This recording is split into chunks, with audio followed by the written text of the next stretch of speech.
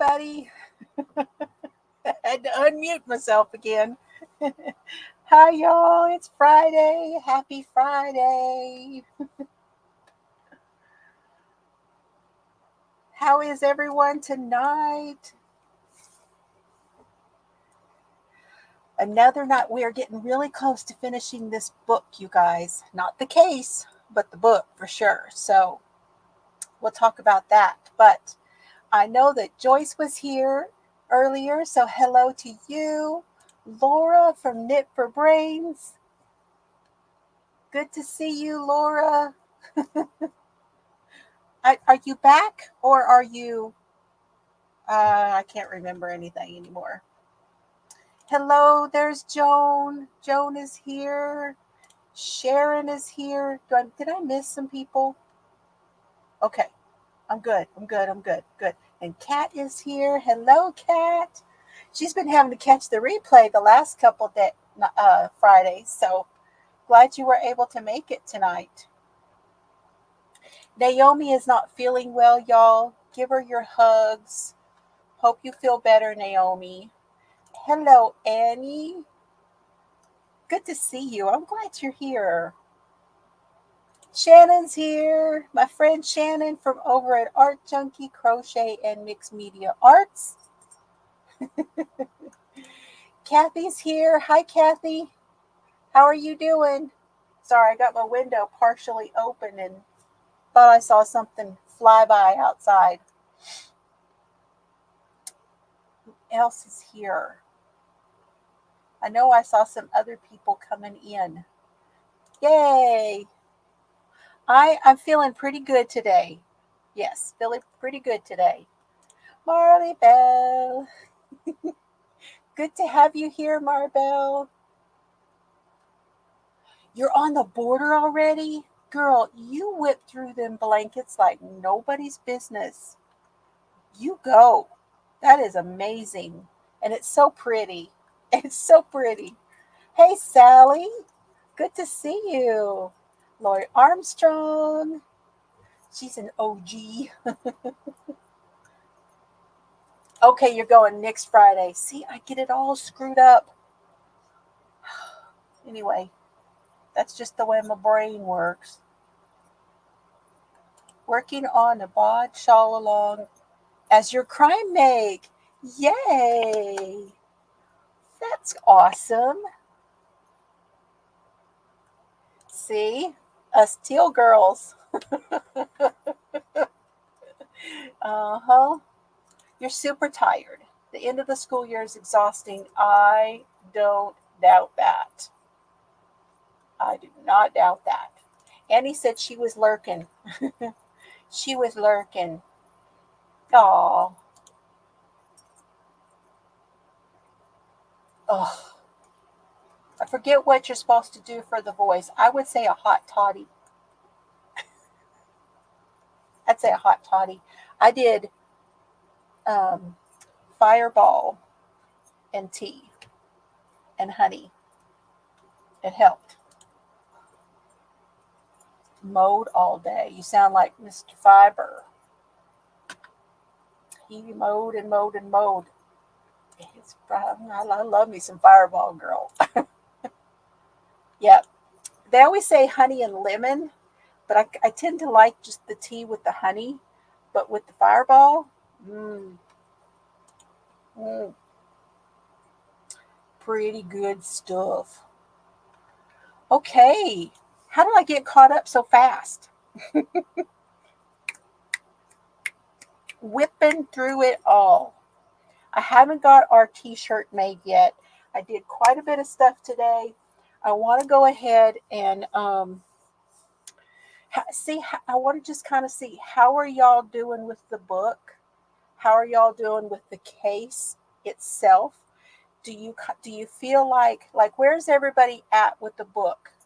Tell me if you've read the book, if you finished the book, or kind of where you're at in the book. Kind of give me like a, like chapter or something. Kind of tell me where you're at. And then how many of you have watched other things? Like you've watched podcasts, listened to podcasts, or you or you've watched documentaries and stuff.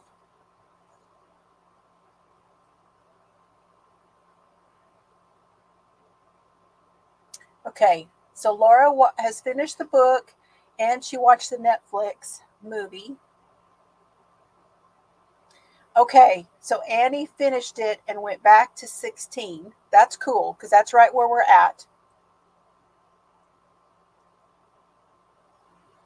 Joan's about halfway through. Joyce has read it. She's finished it, but hasn't watched anything related to the story, related to the book.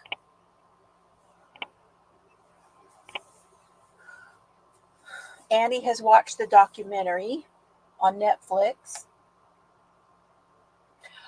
Naomi says, I'm the only one that she watches with crying. I better have my shit together then.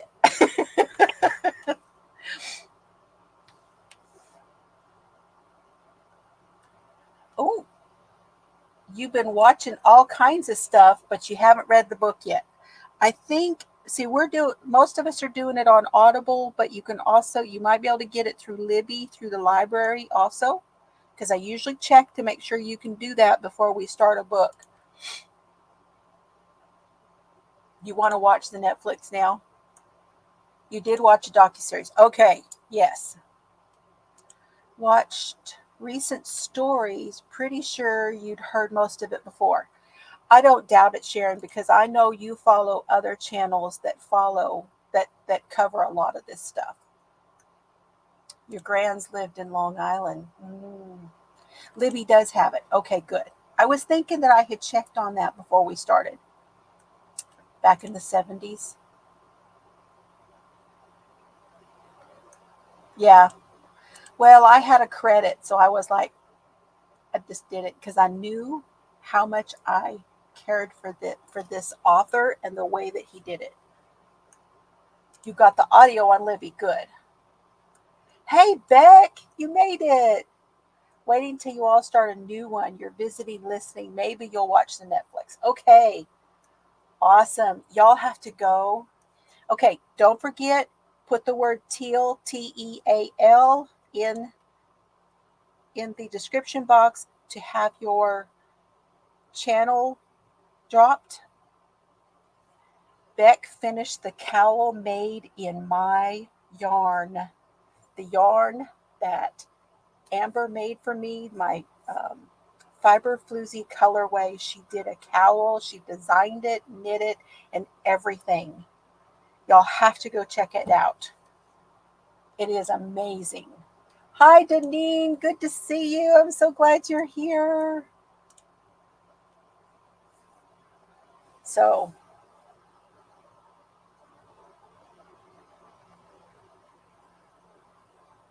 okay. Yes, it was a really pretty colorway, wasn't it? If Amber ever starts dyeing yarn again, she's still got yarn in her shop, but she's a full-time teacher and she's not been dyeing yarn in a while, like new colorways. There's several I would like for her to do. Hello, Vanessa. Good to see you. I think Vanessa said that she's trying to get her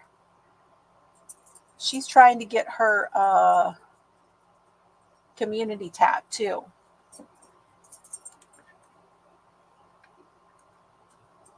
Believe me? What is believe me?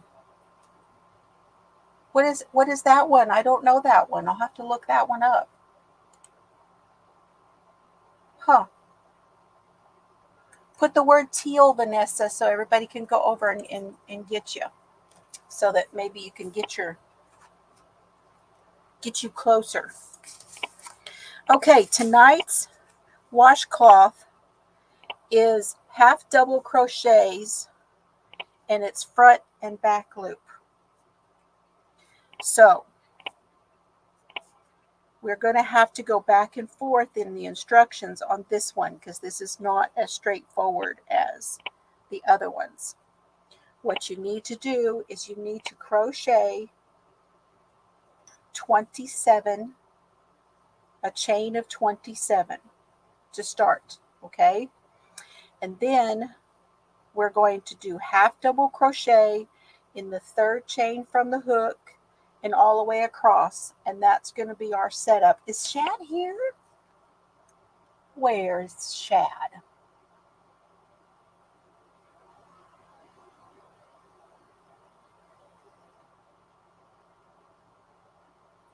I didn't see Shad come in.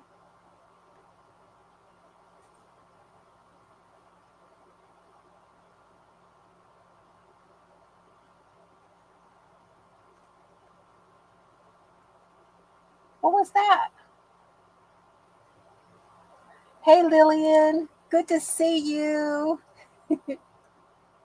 Well, it was Nightbot said something, but I don't know what it was for. There's Vanessa. This one said, Shad, nice try. Stop posting links. Warning. So I don't know. Shad, are you lurking? Is he lurking, gherkin? Here's what we're going to do. In case he is, we're going to post the lurker thingy.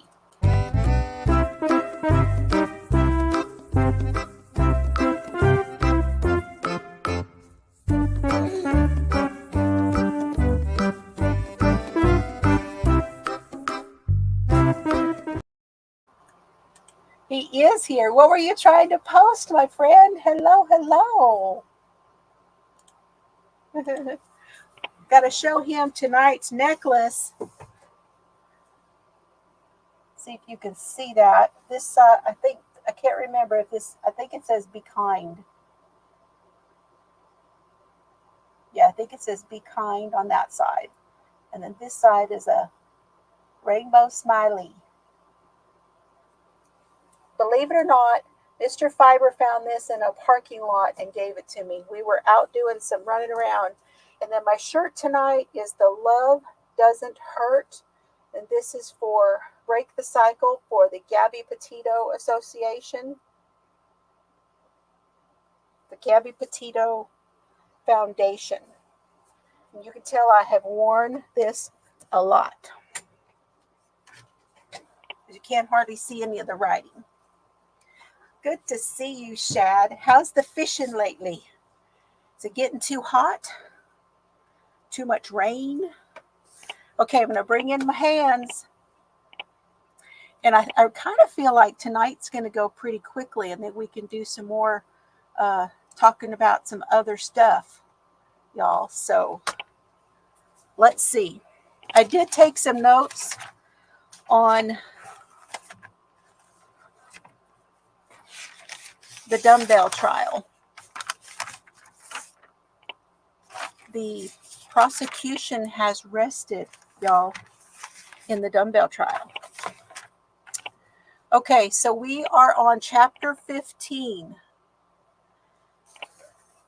And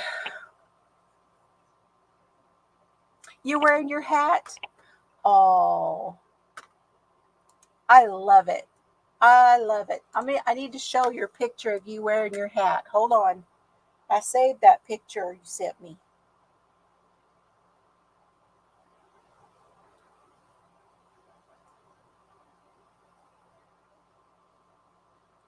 There she is. There's Shannon wearing the hat.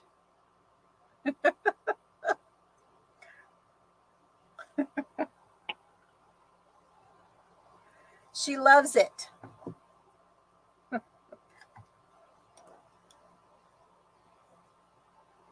Okay.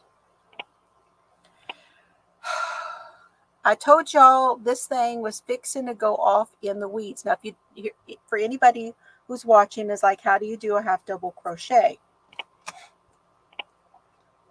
Yarn over your hook. We're doing the third loop from the hook, so that would be this one. We're going to go in, yarn over again, pull up a loop. Now you have 3 loops on your hook.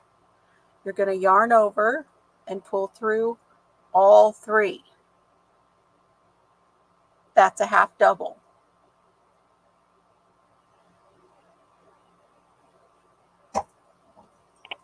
Well, that's just weird. Nightbot's being silly. You always call me Blossom. I don't know what that's all about, Shad. So you're going to do that all the way across. Yarn over, pull up a loop, yarn over, and pull through all three. And this is our setup row. And Serbs is on the bone.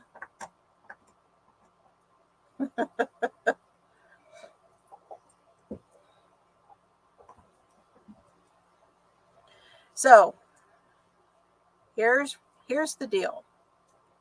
There has been, in this case, and a lot of it was fueled by Shannon Gilbert's mom, Mary,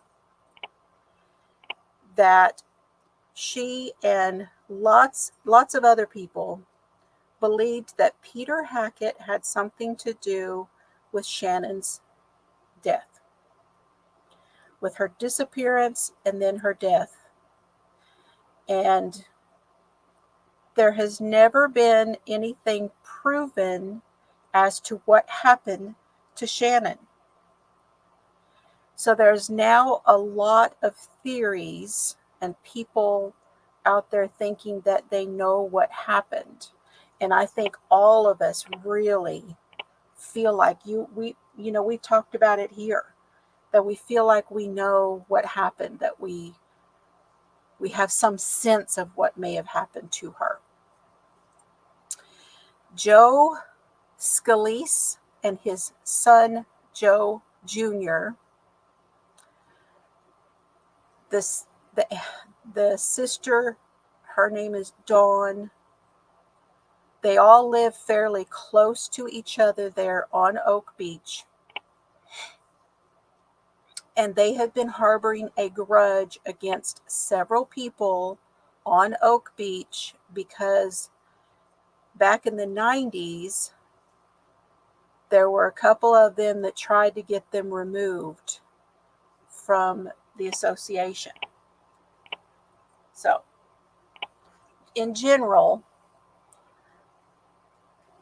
there's kind of a, I don't know, you want to call it like a love-hate relationship thing going on with it all.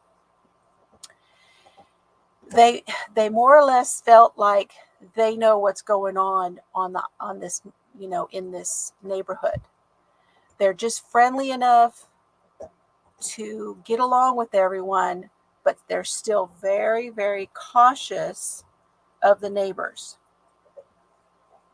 Now, when you get to the end, you're going to chain 2, but you want to mark this row that you just finished as the right side. So you want to put a marker in here to mark this as the right side.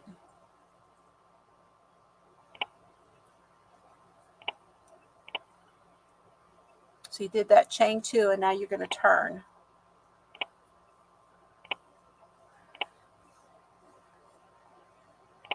Now we're going to do the back loop only.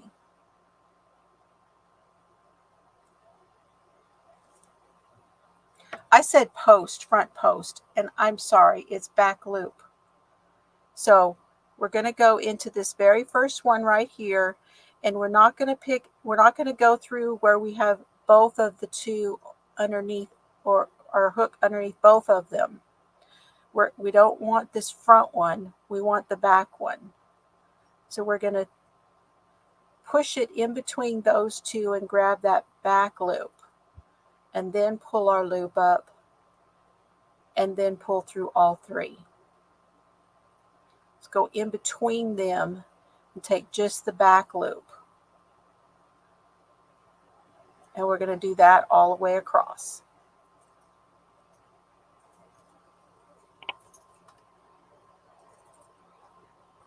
Oh man, Annie, no.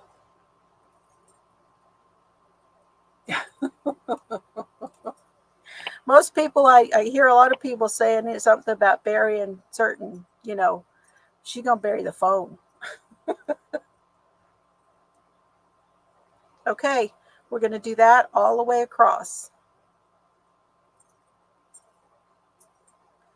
So Joe Jr. begins to start posting.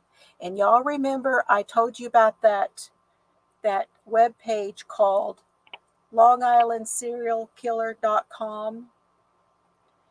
Well, Joe Jr. gets the name Fluke U and goes on to there, and he starts posting and posting and posting.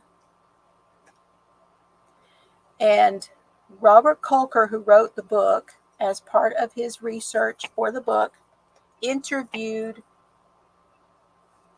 Joe Jr. and his dad.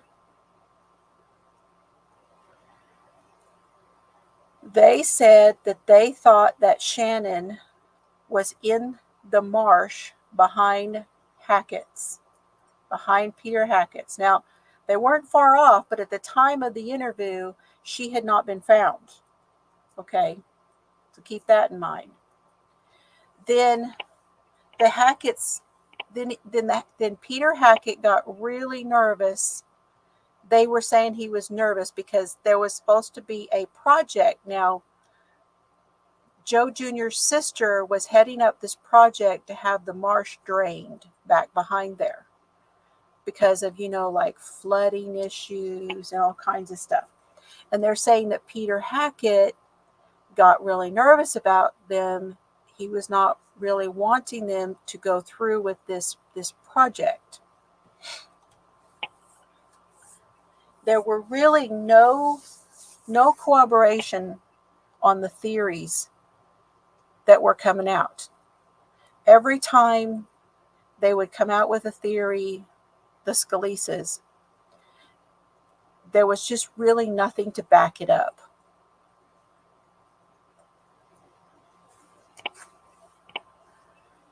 And then Joe Jr. said that he heard a story from someone named Bruce Anderson. And that Bruce Anderson said that he had been standing by the gate, by the front gate, talking to Gus Coletti and Peter Hackett. And Peter Hackett said that he was the last one to see Shannon alive, that he had sedated her, that she had stayed in his house until about 7 the next morning, and that she left with Michael Pack, that he put her in Michael Pack's car and she left with him. But Robert Kolker spoke to Bruce Anderson, and he said the same thing, but he said he didn't actually see her. He didn't actually hear Peter Hackett say it. And he said, well, okay, so you're saying that's what happened. How do you know that's what happened? And he said, well, he heard it from other people. So that was Bruce Anderson's story. This chapter 15, is a lot of Robert Kolker going and talking to lots of the people that he has talked about in this book. So he's kind of giving you, like, when he does his interviews, and kind of giving you like a where they are now kind of thing at this point in the story. And when he interviewed Gus Coletti, he said his impression of Gus Coletti is that he's now getting kind of up there. He was already going, a little bit older, because he's in his 70s, and that now his story keeps changing. So like he would say that she was standing in a certain place, and then he would say at that time she was standing somewhere else, or that he saw her do this, but then he said he saw her do that.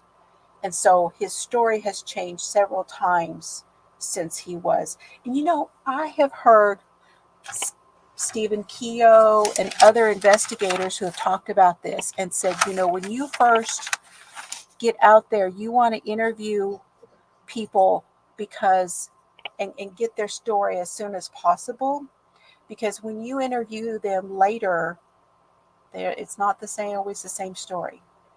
Sometimes they call it misremembering. Y'all remember when we talked about that? that witnesses, you get them on the stand and then sometimes they misremember the information.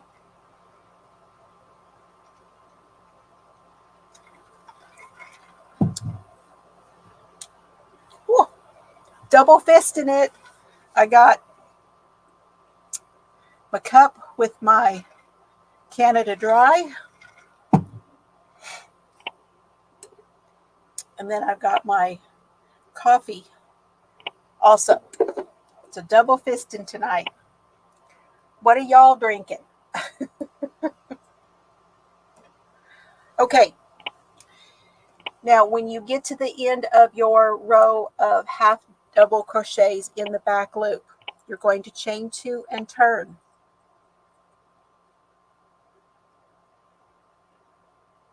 And now you're going to do this again. So you're going to put another ridge, but it's going to be on this side, because when you do that, you leave a ridge where that loop, where you looped in the back loop. Okay. Now you're going to do it on this side, and you're going to leave a ridge here. And so this will be ridged all the way up. I really like this one as a washcloth. I like the way it comes out. I like the texture of it. So this is what we're going to do all the way through our washcloth. Chain 2, turn, half double crochet in the back loop only.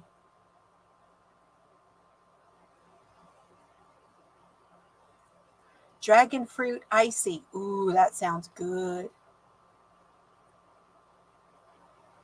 And then Kathy's having water. Are you saying you're having tea, Shannon? Water, you want coffee, but you didn't sleep last night, would like at least to get a little bit of sleep tonight. I'll bet that's true too. Y'all, okay. I did 3 videos today. I've got one that'll be coming out as soon as I can get it edited, giving you all an update. But I got to sleep without the boot on last night, and it was wonderful. Oh, so nice not to have to wear it to bed. I'm not out of the boot. I have to transition, but I didn't have to wear it to bed. So, yay. I figured you were saying your tea, because you're usually drinking tea. Yeah. Doesn't that sound, that icy sounds really good. Sounds very refreshing, doesn't it? I'm really not sure if I've ever had dragon fruit anything. Okay, so then we get into all the online stuff. And I don't really want to go too deeply into this, because honestly, nothing ever really has come of it. And I don't want to sound like I am giving anybody a hard time. And I feel almost like he was giving a few people a hard time. He was mentioning names and mentioning places, and he was saying that there was nothing credible being posted, in particular by this one person that went onto a website and began posting that he found out about all these old lawsuits about Peter Hackett. So supposedly Peter Hackett had been at a hospital as a surgeon at a hospital, and a child, from it sounds like a child died, and that a lawsuit was put against him for, what do you call that? Wrongful death. And his name was in with several other people, along with, people that were at the hospital. So nothing, he did not get any time for anything, and he did not, didn't serve any time, didn't pay any fines, nothing like that. But there's definitely some stuff in the public record out there, but not a lot, and not as much as what this person was posting about. But it came down to negligence and then a claim of substance abuse. Well, that one, there wasn't anything credible as far as the substance abuse for public record. That's my understanding of what he was saying. And along with that, because this guy was posting, then other people started to talk about it, and there was a whole bunch of theories. People were right and left were coming up with theories about what Peter Hackett did with Shannon, what Peter Hackett did with other people on Oak Beach that wound up being where Shannon died. And I'm talking about a rabbit hole, you guys. If you really want to dig into that, you can. But as far as being anything that has been reported on by any major outlets, there really isn't a whole lot. Oh, okay, Denyse, thank you for being here.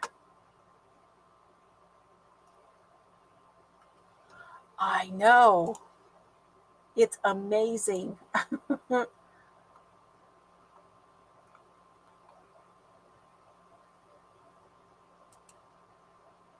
Pack sold Shannon off. But Shannon was found in the brush. So you think that someone on Oak Beach still did something to her?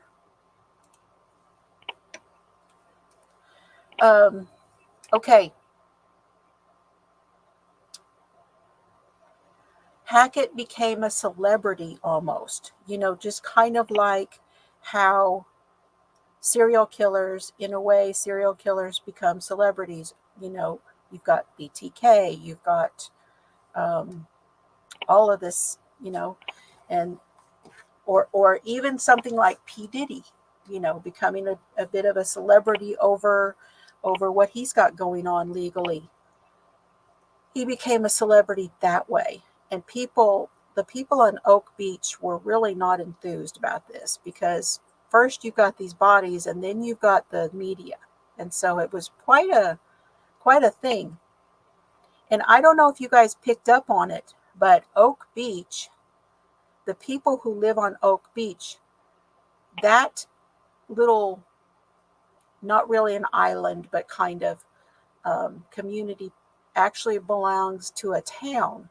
And they actually pay rent, almost like lot rent, for where they are. And they could have their place taken from them easily by this town if they decided that they don't want people living there anymore.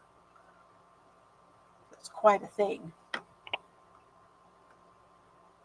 Sold her off to the killer. Interesting. I know something happened, and I know we don't really know. Well, I know. I understand that. I understand, but there are a lot of theories. That's what I'm saying. There's a lot of them. Hey, Bree. Good evening. Happy Friday. And so that's basically chapter 15. And then chapter 16, he starts talking to all of the people that he has spoken about in the book, and kind of giving us an update. Denyse, Joyce, Joan, and Sharon. Yes. So he speaks to Lucretia. And if y'all remember, Lucretia was friends with Melissa. Was it Melissa or Maureen? I believe it was Maureen. Yes. And Lucretia, and this one was very interesting, listening to the perspective that we get from his interview with Lucretia. Because I'm going to call her Lucretia. I don't know her name. I don't know how to say her name. I really don't. Hey, Ivy. That she gives us a perspective about, oh, is it time? It's time, Duke. Come on, Duke. Duke is in here too. Hold on. There he goes. Y'all just saw his tail. Go ahead. Go get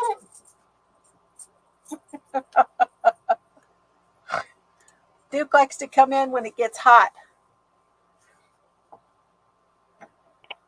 And he gets his treat too.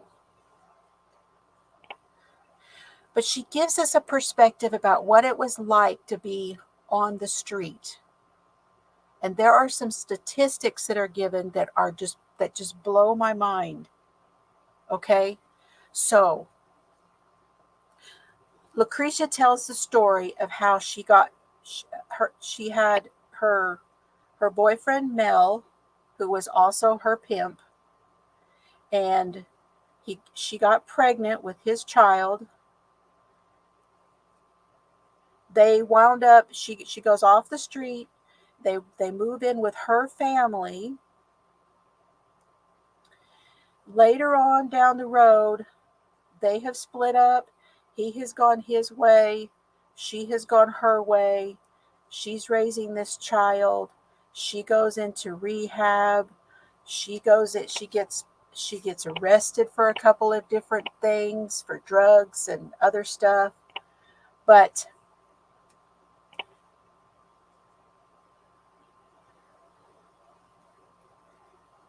they see the day that they're walking around, she takes him down to Times Square and around that area where they used to go, and they run into Mel. And she tells Robert Colker, she tells him, that's the baby daddy. And she goes up to him, and he fakes hitting her, and then he rears off, and he does hit her. And she winds up running from him, and Robert follows with her, and it's a whole thing. That was really wild to me that he shared this. And he said that she gave him the whole story, and she said, I just, still see him occasionally because of the child. And this is just kind of how it goes with us. And that just blew me away. And she talks about having, when she went back to the streets after getting away from him and all of the stuff that happened, and she ran into Blaze, who was Melissa's boyfriend. And she asked him where Melissa was, because at that time she did not know what had happened. She just knew she was missing. And she asked him where she was, and he told her. He said, she's dead. And she said, what do you mean? He said, one of her tricks killed her. They found her body up on the side of the road. And she went home and looked it all up. And that's how she found out about what had actually happened to her.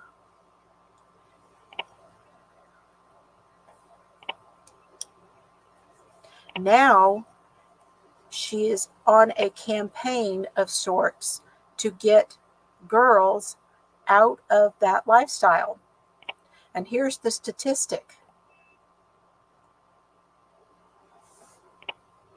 At any one time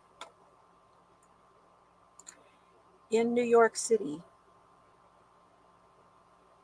there are 5,000 underage boys or girls that are working as prostitutes on the streets. And there are only 250 beds for them to go to at night. And she was talking about how when they're in that lifestyle, they're underage, they're 16, 15, 17. They get in trouble for being underage, for doing what they're doing. But nobody tries to put them somewhere to get them help. Then when they're an adult, they should be able to go take care of themselves. And she said it's really ironic how it all happens with the street kids. So that's a side of it that I don't know that I've heard that from anybody who's been on the street and talking about it that way. It's really wild to think about. And it's like I was saying, these girls all had a reason why they were doing what they were doing. They weren't doing it just because they wanted to do it. They were doing it because they wanted the money to do something else they wanted to do. And then a bunch of them got started on drugs and or alcohol, which kept them doing it, because now they're trying to pay their bills or take care of kids that they're now having after being on the street, and it's just around and round and round.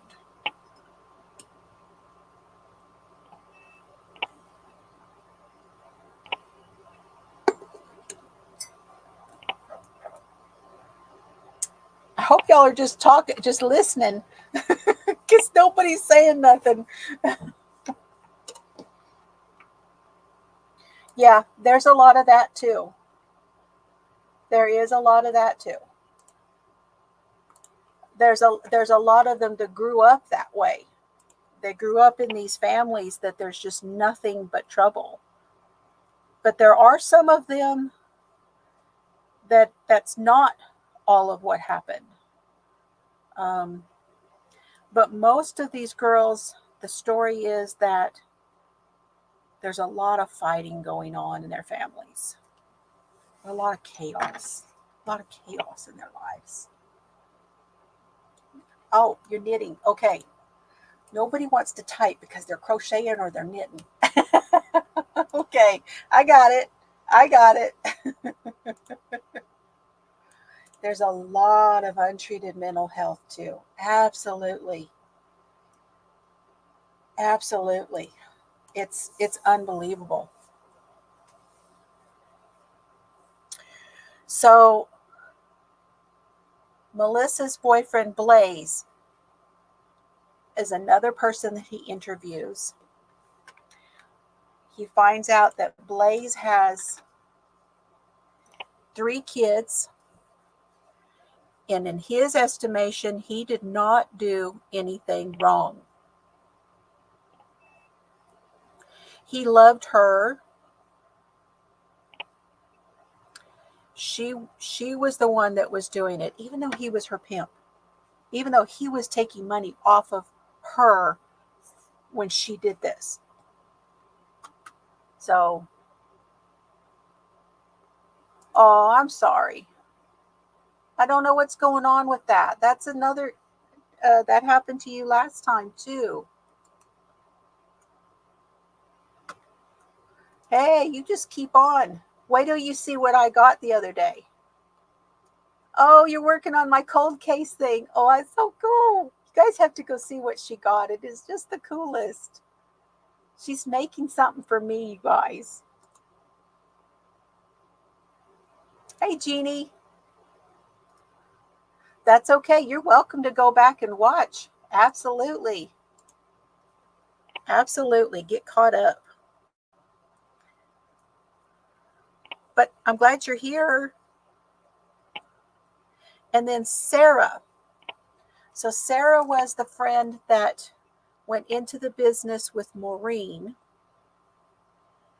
She continued to do calls. She spent time in jail. She got caught doing drugs and spent time for drugs and prostitution. But eventually, she has come out of it and she no longer does it and is doing okay. Greg is Megan's brother, Megan Waterman. Greg is the one who grew up with Megan, and they went to live with the grandmother, if you remember, and their mother is Lorraine. Greg has had a lot of trouble holding on to a job. He still is not crazy about his mother Lorraine and her need for being in the spotlight, just like the rest of the family has talked about. And he spoke about all he really wanted to do when he went to, with everybody else, he went to go see where they were found. And that is a theme with a lot of the families, is that they wanted to see where the girls were found.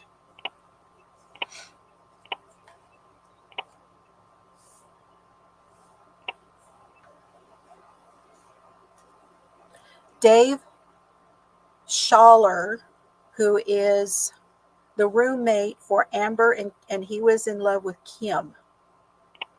He has had a terrible time trying to kick his addiction. He was warned by the police to not have his face forward like he has done, because he's been in these documentaries and all of this stuff, and he was warned not to do that because with the case they really wanted him to stay more exclusive to being able to be a witness, and that meant that he was possibly going to be a target, that he might be in danger. He's trying to stay sober. He's had a struggle with that. He's no longer attached or has, he just doesn't really have this thing about Kim anymore. Now, Kim, we're talking about Amber Costello.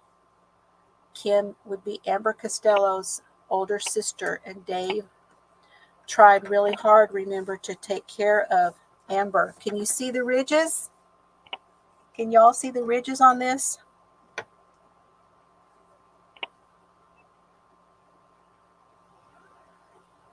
And they're on both sides.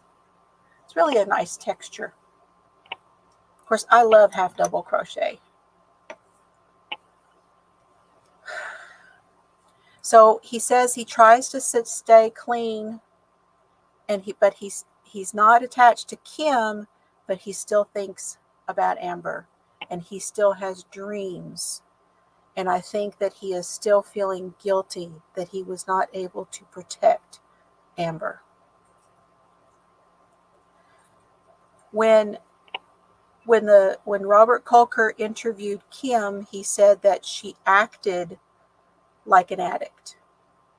The way that she talked, the way that she looked around the room, the way that she reacted to things that he said was as if she was an addict still.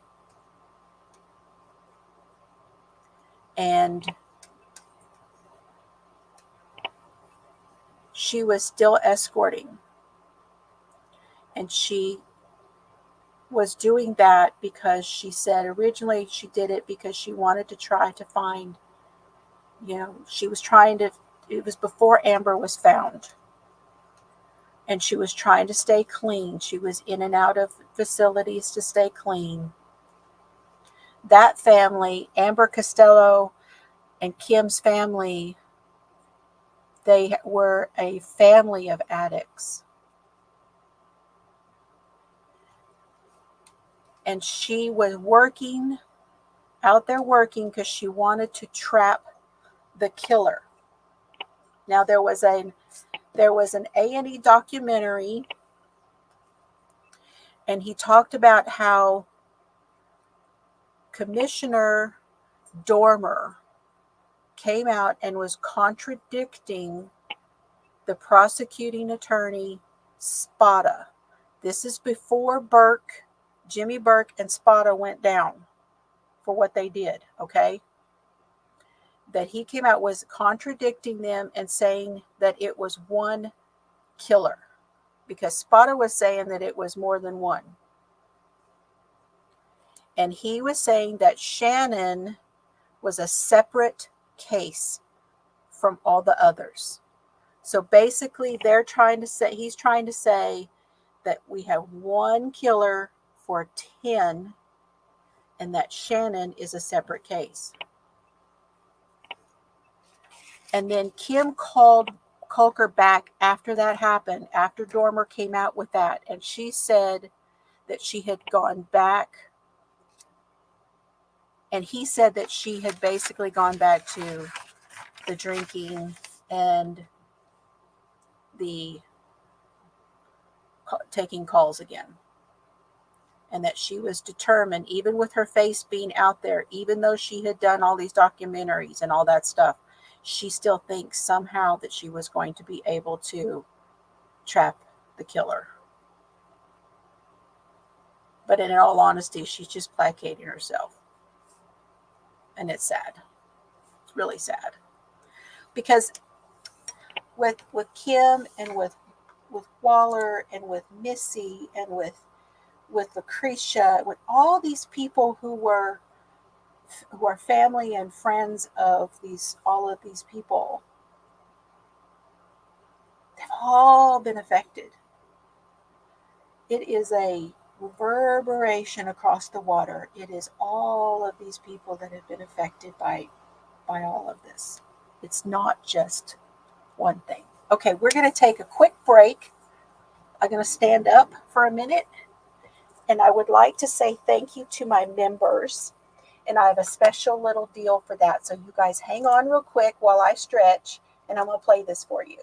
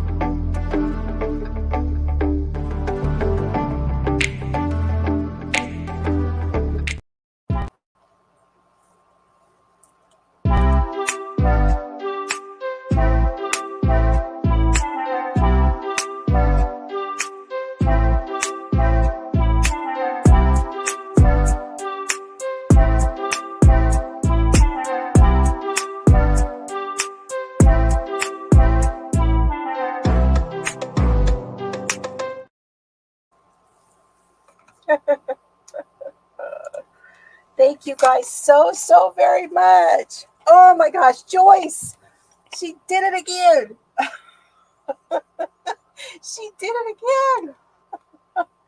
Oh, Joyce, thank you so very much. Oh, that is so nice. Oh, thank you, Bree.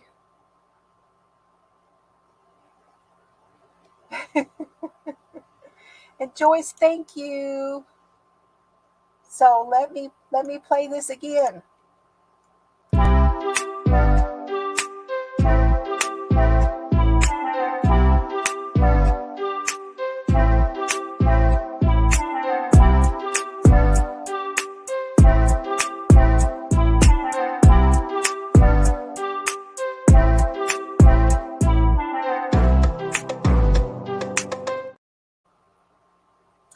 I don't know who got them this time, but how cool.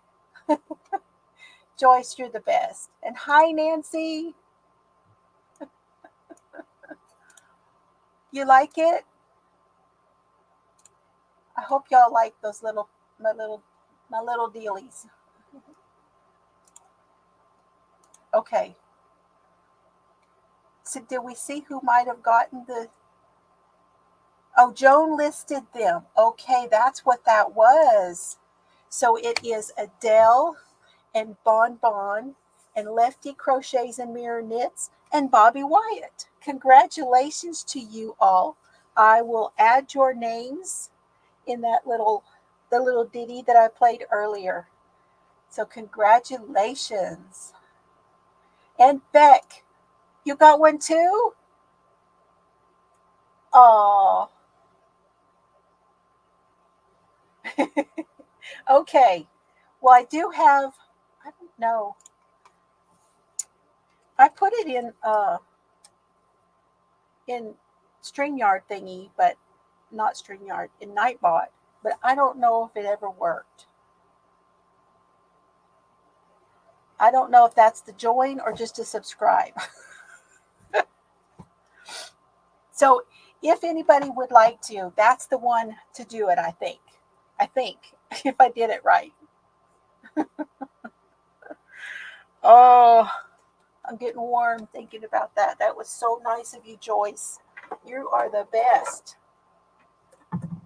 Those of you that gift the memberships, it's just so nice. I really appreciate it. We should be having a members live probably next week, sometime next week. Okay, cool. Thank you, Bree. And thank you to my moderators. I appreciate you all as well.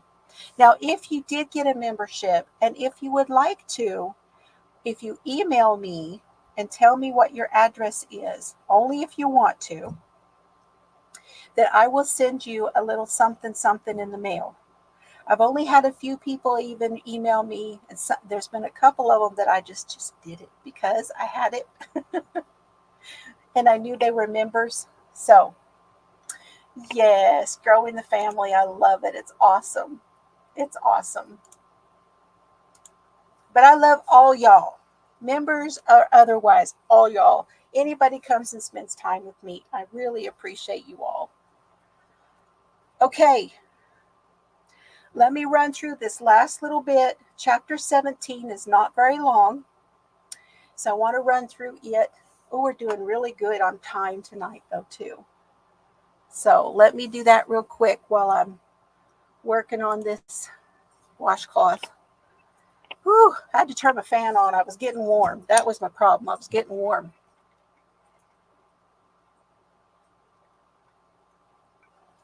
Hi, bud. Hi. I can't do it for you, bud. You got to go ask him.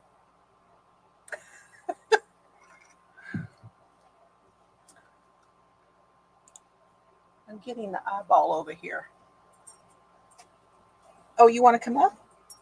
Oh, that I can do.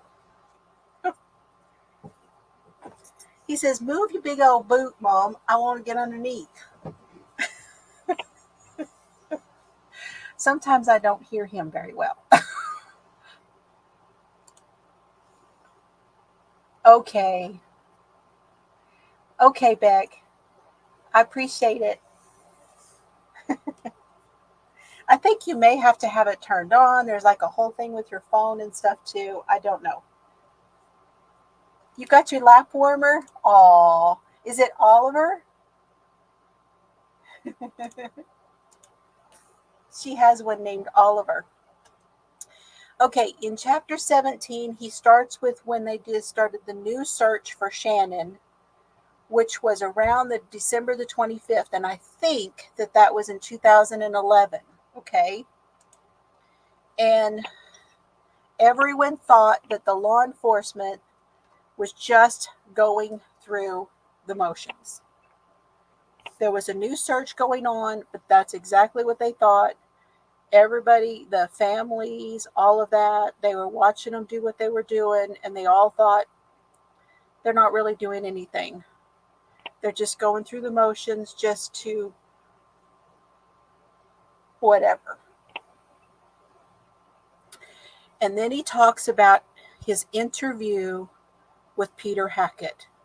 And this is how he ends this chapter, is talking about Peter Hackett. And he goes to Peter Hackett's house, and he didn't know whether he would let him in. He did not call him ahead of time, but he gets there, and Peter lets him in. He says, "Oh, what the heck, come on in." He gives him a tour of the house. And basically he says that he's not giving any of those rumors any thought. Any of the stuff that's being said about him, he wasn't giving it any thought.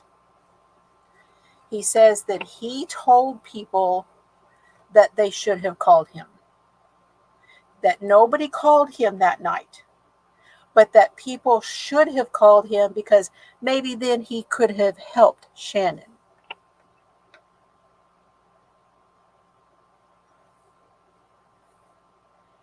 Said first he heard about Shannon was when Michael Pack and Alec, the boyfriend, showed up that morning, and he said that's the first time he heard about Shannon and that she was missing.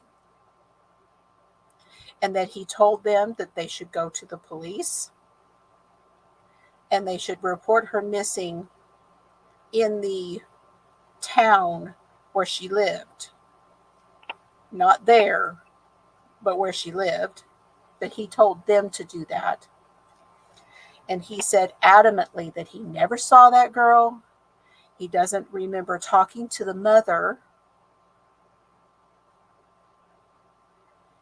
And in one breath, he's saying, I did not call her. Maybe she called me. Maybe she remembers me talking to her because she called me. But I don't remember talking to her. But I never called her. And he's talking about Shannon's mother. So it was real. That to me was a very weird conversation. And he was just, his take on the whole thing was he was just waiting for it all to be forgotten. And when he left Peter Hackett's house, they said, well, we'll try to stay in touch and all this kind of stuff, right? And so he left. 24 hours after his interview with Peter Hackett, Shannon's purse and the jacket. Well, the jacket was found before that, but the purse and some other things that belonged to Shannon were found in the marsh 24 hours after the conversation. That's weird. And a lot of people, again, with the theories, feel like that was him.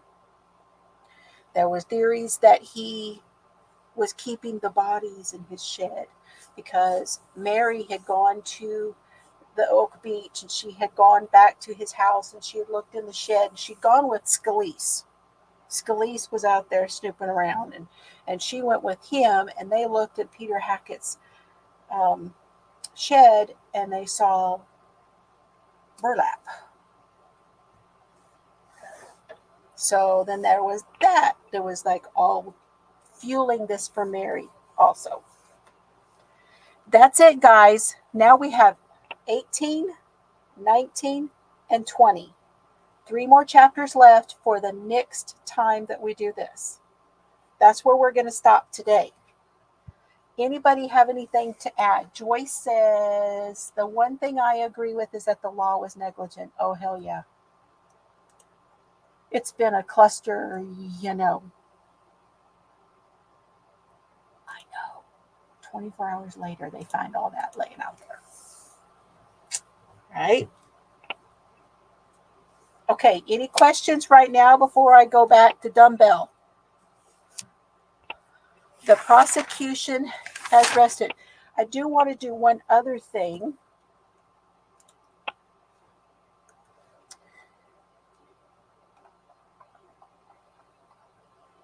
Hold on.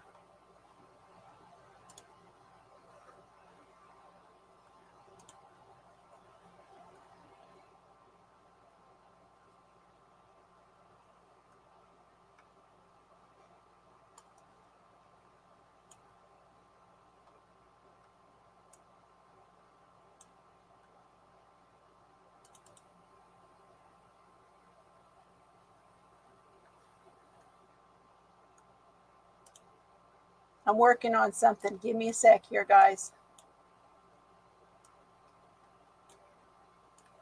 I'm going to share this with you here in 1 second.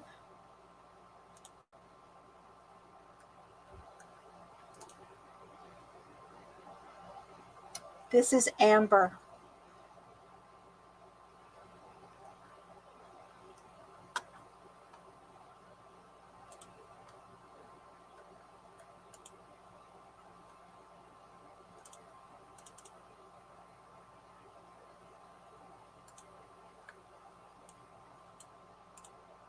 This is Amber Costello.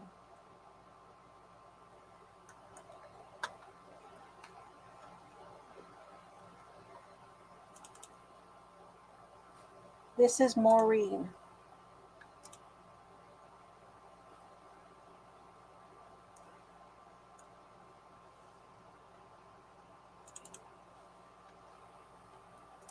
This is Melissa. Melissa Bartholomew.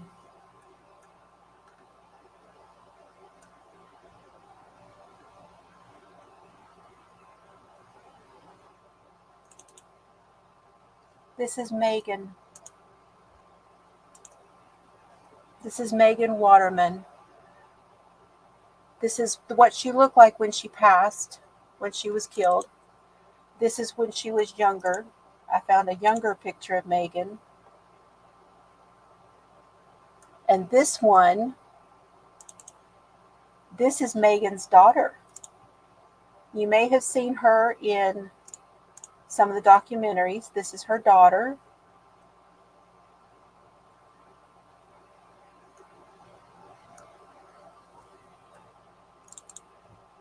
This is Mary. This is Shannon's mom, Mary.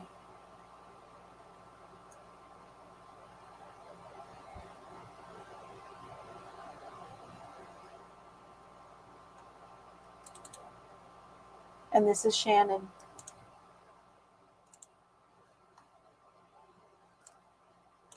That's Shannon Gilbert.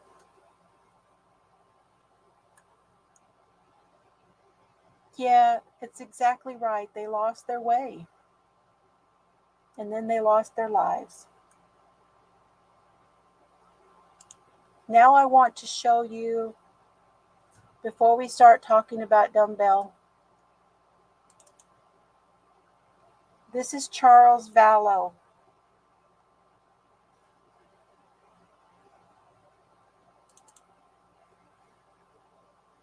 I believe this is what Charles looked like when he was killed.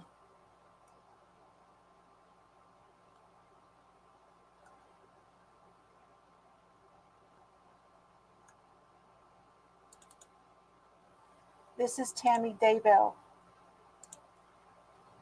Chad Daybell's wife.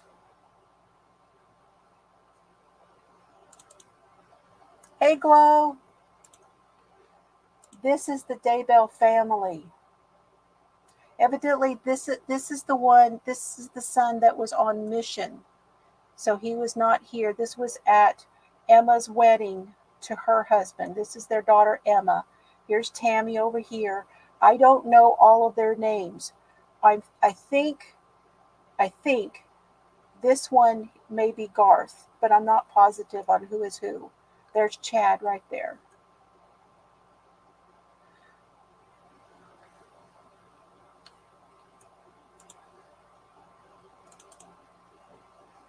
This is JJ and Tylee.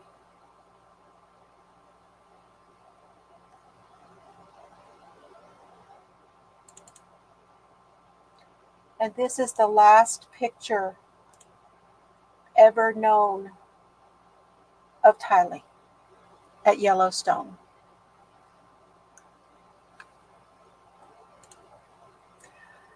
So I thought it might be good to have a few pictures just to reference who we're talking about when we talk about all this stuff. How are you tonight, Glow? I'm glad you're here. Charles was a handsome guy. He was a handsome guy. And you know, Tammy was beautiful.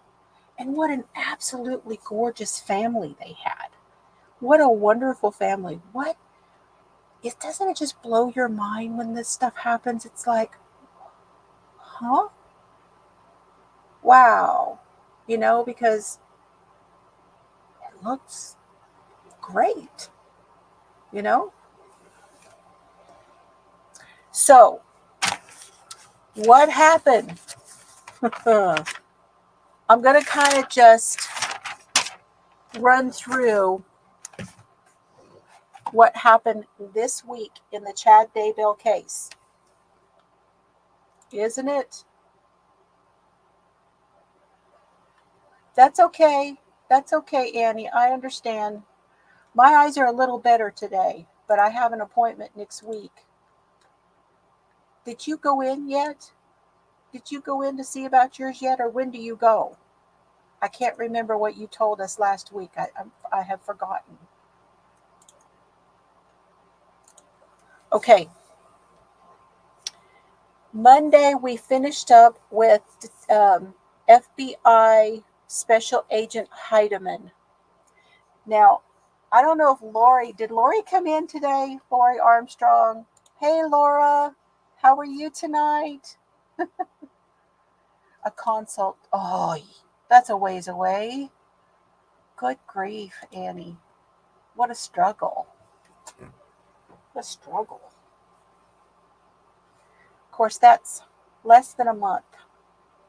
It's just a couple of weeks when you think of it that way, but it still feels like forever, doesn't it?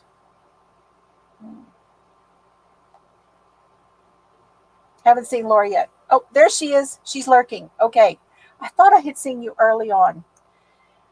We had a mention of loin fire, Lori. So, the love letter. Let me, if you guys would like to see, let me do this. Wait. Guess I got to do it this way. If you want to read it, it is on East Idaho News. Okay. They did not read the entire letter, but they did talk about it. They talked about, let's see if I can find the story. Might have to search real quick. Where is it? Give me the search bar.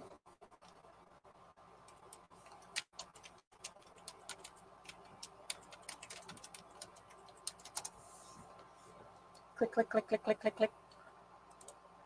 So this is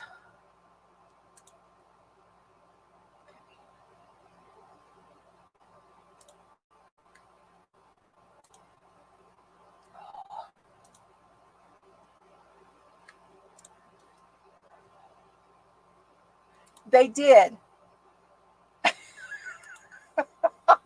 I know, but and I haven't made the shirt yet, Lori. I am going to do that shirt. I just did not get to it this week. Good night, Denyse. Thank you so much.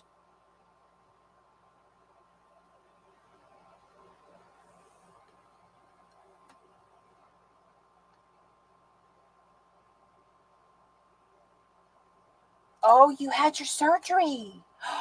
How you're here. Girl, high five.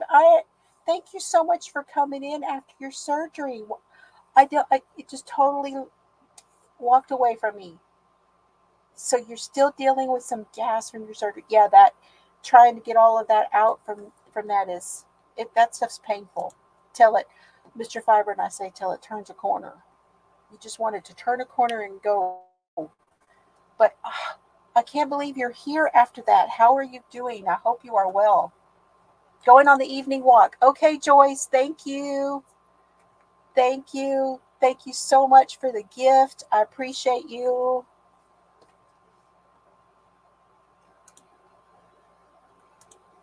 Evidence collection and red Solo cups and Stop and Shop bag. I know.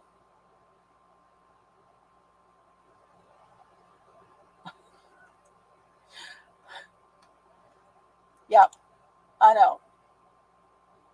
I know, copyrighted. Yes, thank you to all who have to go. I understand. Let me see. I was looking for it, but I don't know if I see it.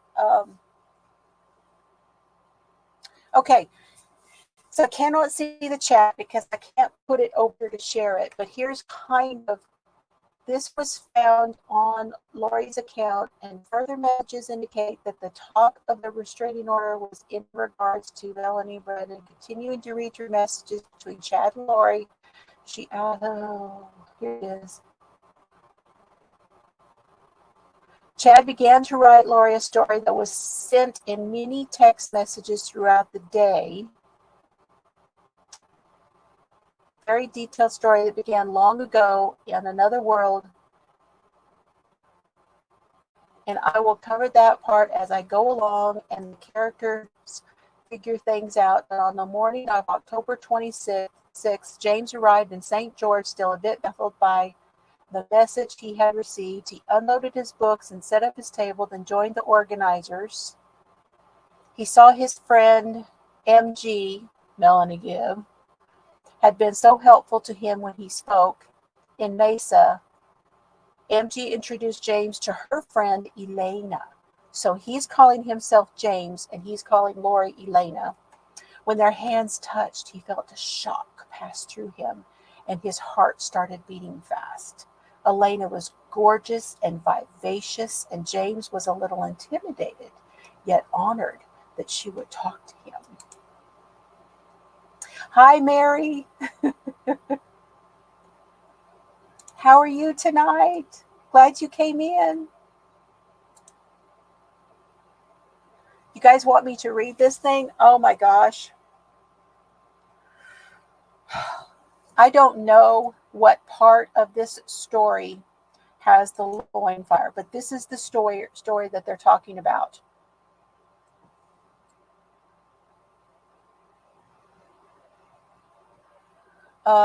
James is a difficult person to get information from. He has been blessed with great knowledge, but 99% of the people he knows do not realize that.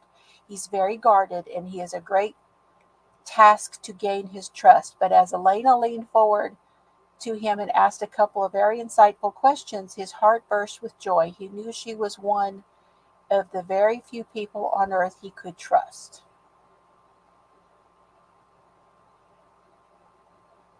He had glimpses of them walking dusty paths together, realized they had been married during the life of Jesus Christ, and that they had been very close to him.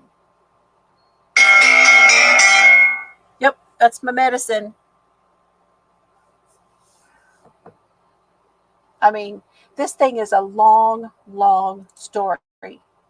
So anyway, you just got home? Okay. I'm not going to read the whole thing, but that's the story. And they actually talked about Chad's penis was brought up 3 or 4 different times this week. Let's just say that.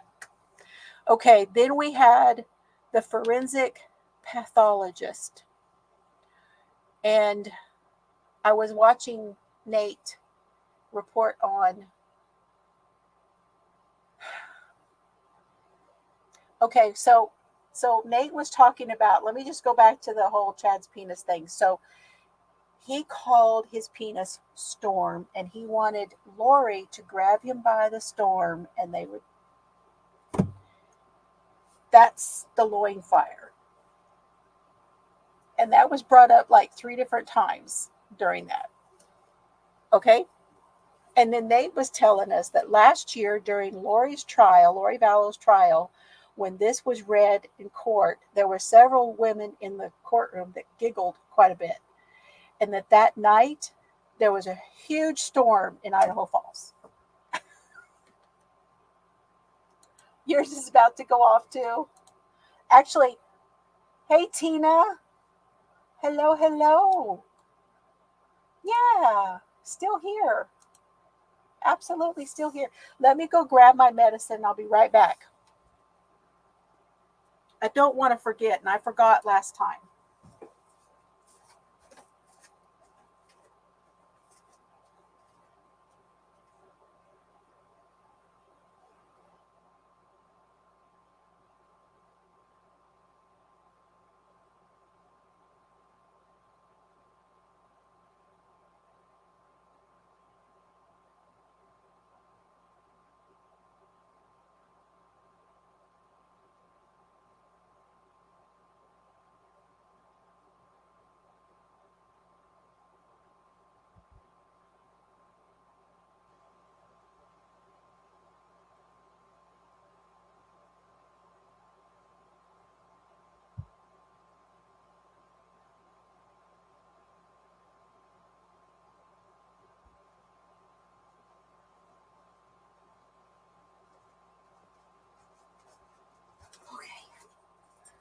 Whew.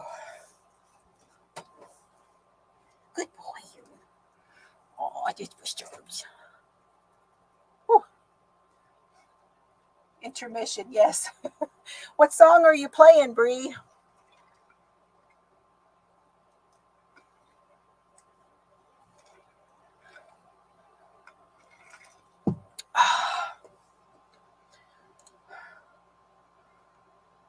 I was thinking yesterday, with the end of the prosecution's case, I was thinking the same thing that I thought towards the end of Lori Vallow's trial, and that is, these people are crazy.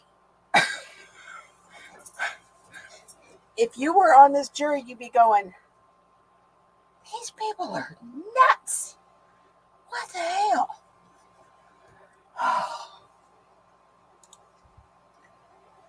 I know.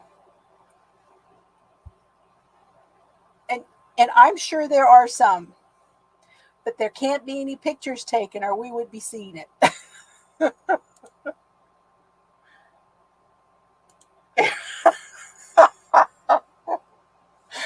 Oh my gosh.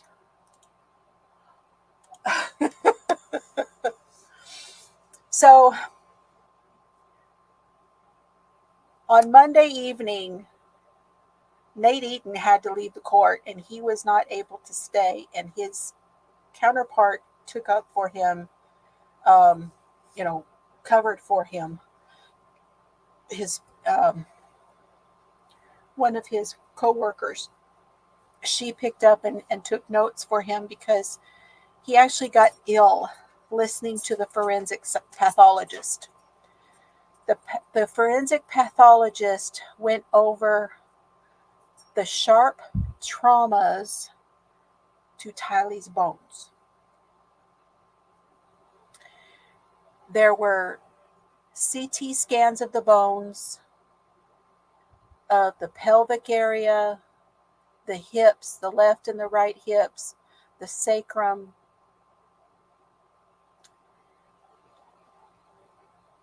And basically from what was the marks that were left on those bones, they were not from dismemberment.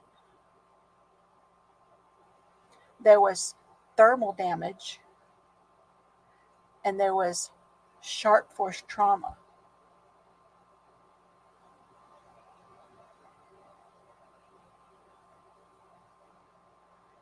And then the analytical chemist came in and analyzed Tylee's bucket. I hate to say it that way, but I don't know how else to say it, but Tylee's bucket. Analyzed, there were remains, there was dirt, there were sticks, and also in the bucket there was gasoline. The remains showed evidence of scavengers. So that was a really rough morning on Monday.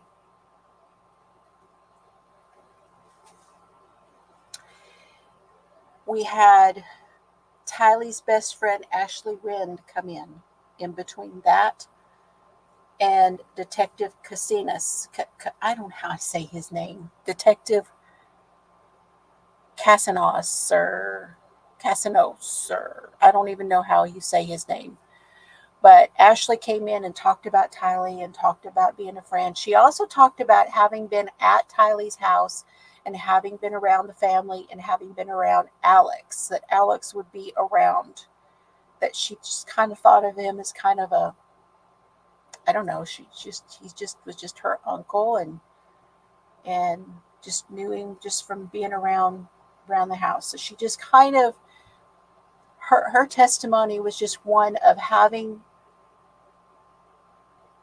known other people who were in that family. Okay, so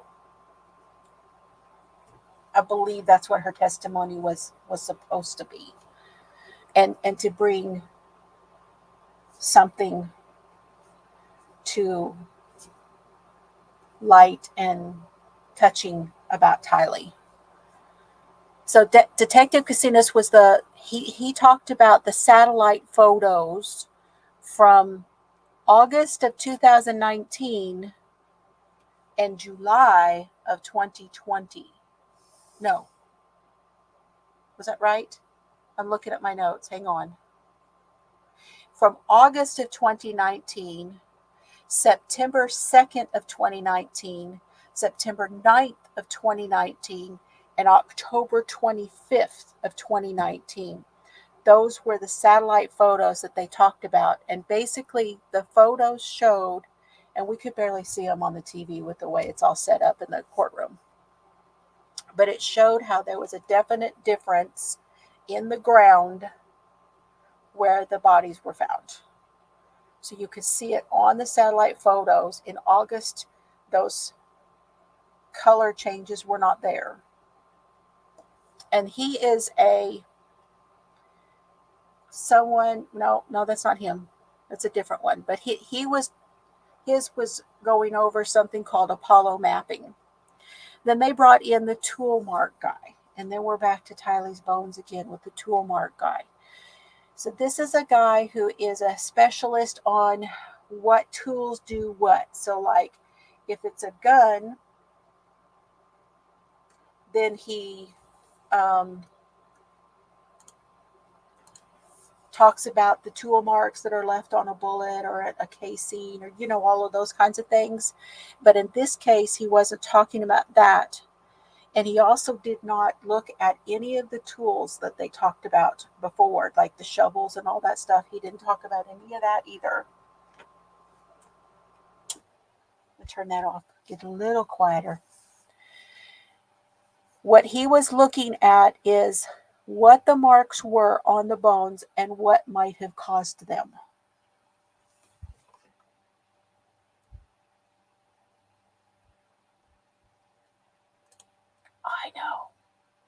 I know it. It goes all over me. When just when your kids, like they jump because it hurt them, you're like, oh, and it just goes right through you. I just can't with this other stuff. I just can't. So he said that on Tylee's hip, I believe it was the left hip, the mark that was on her bone, and this kind of is what the investigators were getting at when they brought the charges. The left hip was a stabbing action. He said there's a difference between a stabbing action and a chopping action, because a stabbing just goes in like at a point. It's a force at the end of a point on a stabbing action, but then as on a chopping action, you have movement, like a through movement with a chopping action. Okay. And so there was stabbing action and some actual cracking of her bone on her left hip. He also thought that there were chopping actions as well, and he knew it had to be from something that was like a cleaver, a hatchet, or a machete. So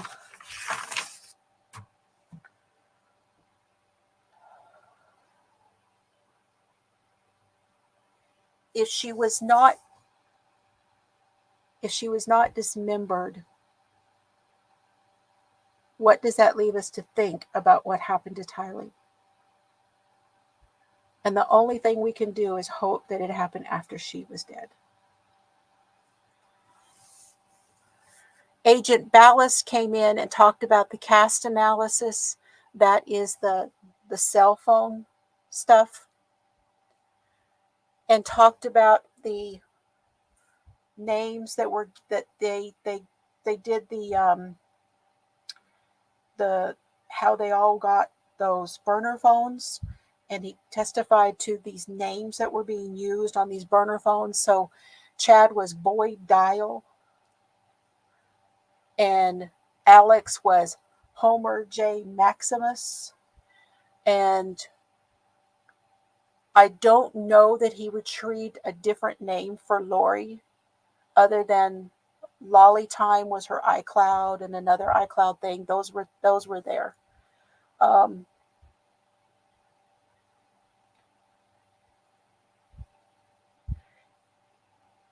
They knew because Alex went and got his burner phone, but he took his phone with him when he went to get the burner phone, which is always a good idea, right? And both Chad and Alex received messages from Lori the day they obtained the phones.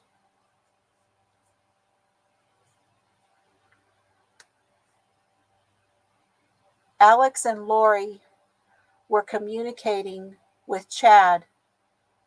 All three of them were communicating on October 9th. That's the day there was a attempt on Tammy's life.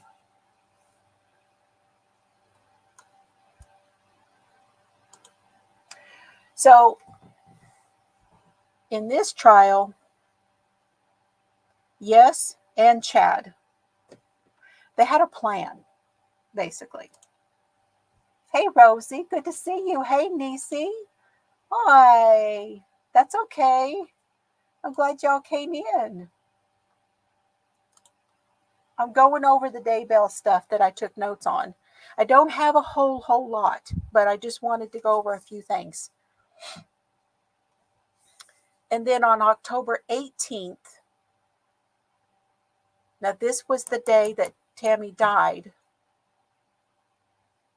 he went over kind of a timeline, but basically he was saying that Chad and Lori and Alex were communicating back and forth and back and forth. She was in Hawaii. Alex was at the Salem church, and Chad was at home with Tammy, and the three of them were communicating all through this the night that Tammy died. And that was Mondays. Love you too, Joan. Good night, my friend. Sleep well. And then on Tuesday, we had the medical examiner and said there were bruises. Now, this was the medical examiner. This is not the coroner. This is not all the people who had a theory. This was the medical examiner who knows her shit. And she said there were bruises on the chest and on the arms. Tammy's lab tests were normal. She excluded all other causes for pulmonary edema besides asphyxiation. The bruises were peria-mortem, meaning they happened a couple hours up until a few minutes before her death. Now, there were some interesting things brought up on the cross-examination, and that was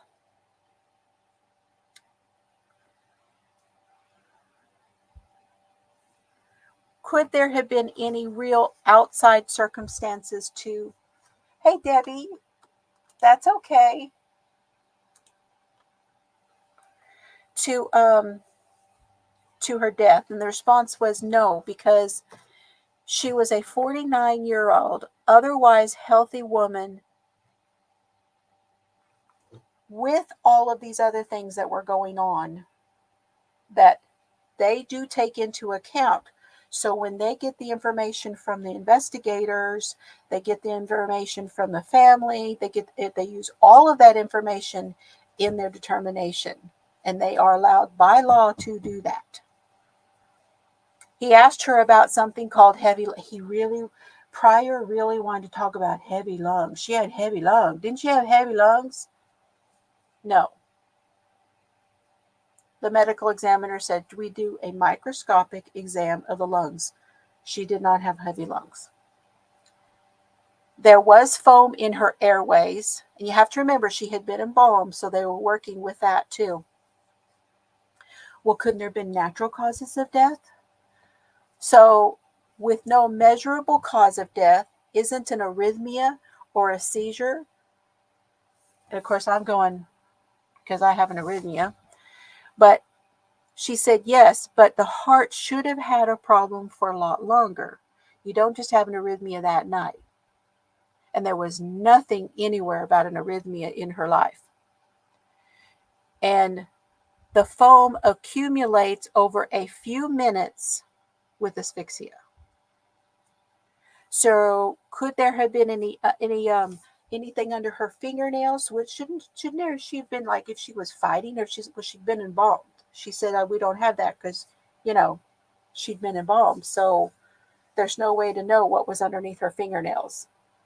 And he said, well, on the stomach, could you have told, whether she had thrown up or not? And she says, actually, no.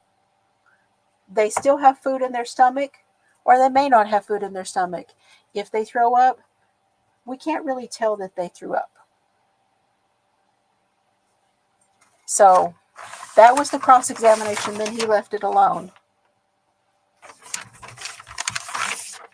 And then we went to Investigator Wright from Pocatello. He was FBI that was contacted by Rexburg, and he brought in the evidence that all of these people that, and this idea, this understanding that all of these people that they've been hearing, this jury's been hearing from, were on this joint task force. Okay? And it became a joint investigation when they started to look for JJ and Tylee. And the people that were talked about on this joint investigation were JJ, Tylee, Brandon, Tammy, and Charles. And then he started talking about the timeline based on the devices. Now I'm going to tell you guys, if you want to, and we could do this. Let's say they rest and we're kind of waiting to find out what's going to happen.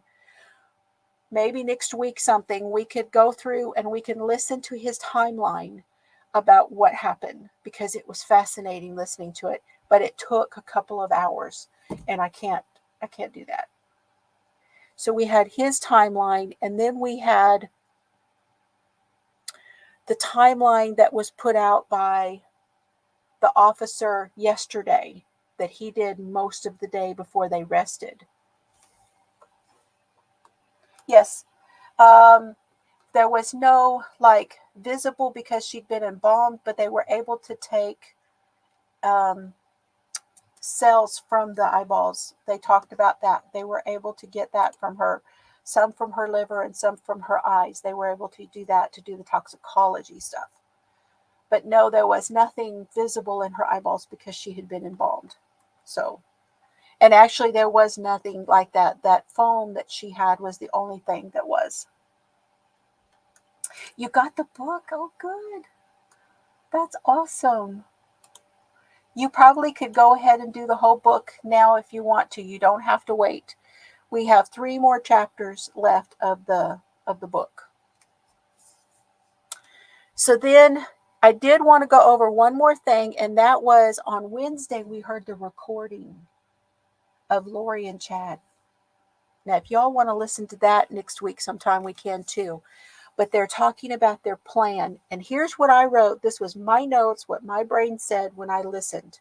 And I would like to listen again. They're talking about their plan as a blueprint.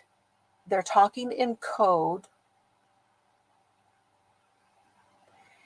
And Chad is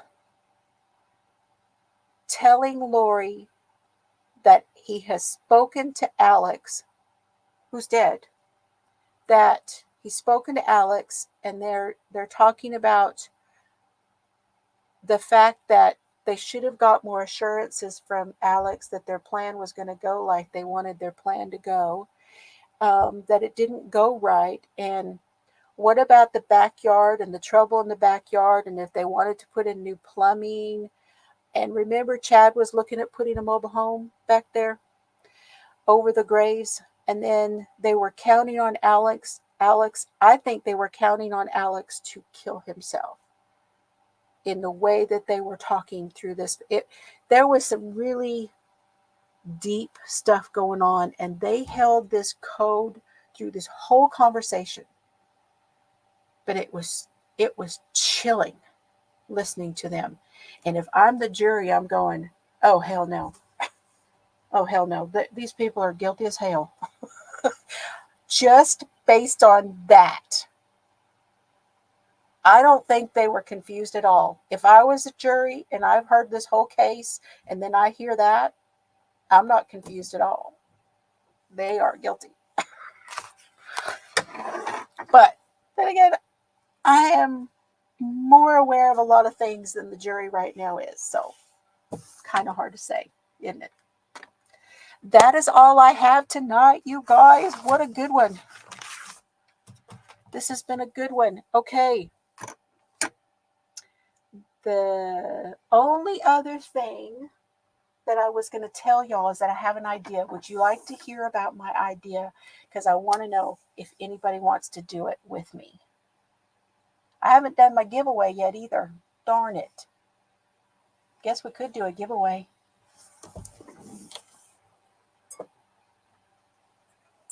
I did this last week. Okay. I did this last week. I have these eggs, these plastic eggs. Each one of these plastic eggs has a number in it. And so what I will do is I will mark. The little boy was adopted by Lori and her husband, Charles. That's who adopted him. Then Lori's brother killed her husband, Charles. And she and Alex and Chad killed the son and the daughter. Okay, I'm going to give you my idea here in just a minute. But let me mark the chat, Bree. And y'all can put in the word egg. Put the word egg. And then we will pick a number. And each of the numbers has a coordinating pre-packed bag that I will send as a prize. But I'm going to go get something here to show y'all.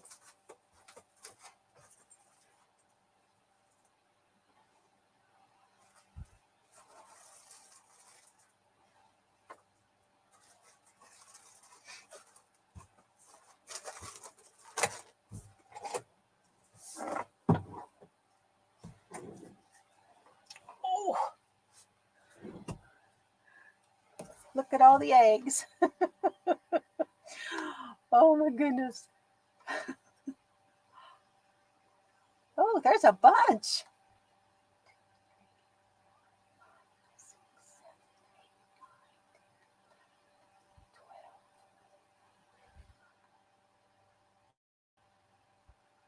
Did you get your package? I don't think you got it yet. I think I sent it yesterday. So you wouldn't have got it yet. But you're sitting out. That's okay. Okay. Here's my idea.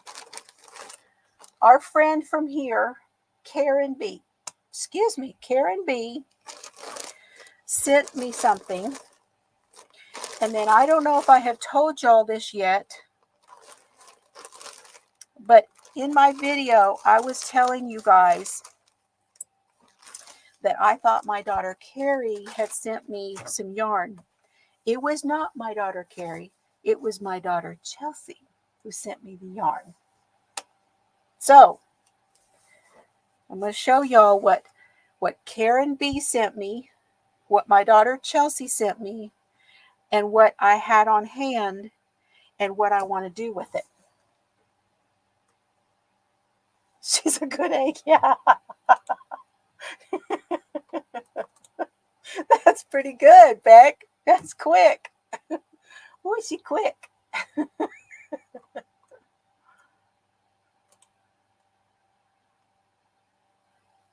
Okay, we ready? I'm going to mark the chat then. Everybody got their word egg in there?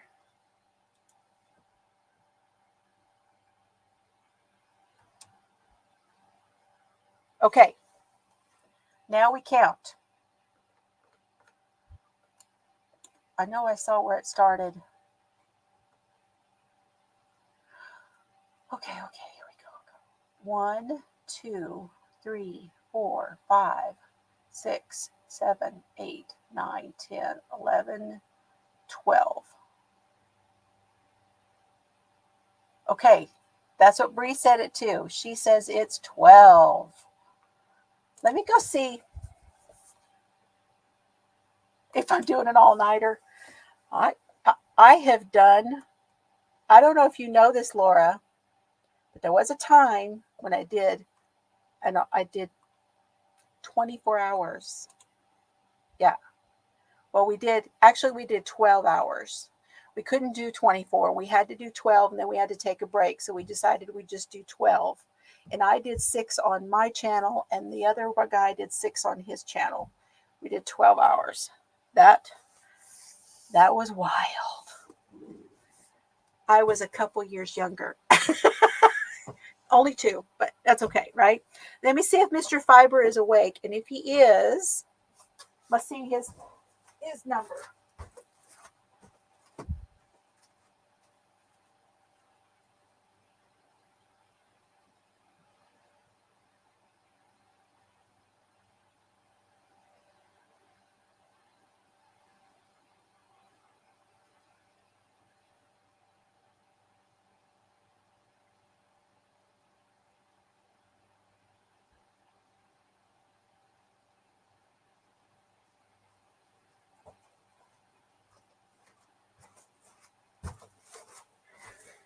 Okay, Mr. Fiber says 11.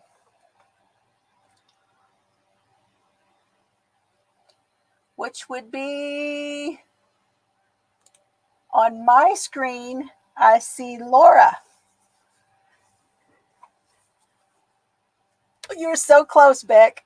You were so close, Lillian. Is that what y'all are seeing? Hi, Suzanne.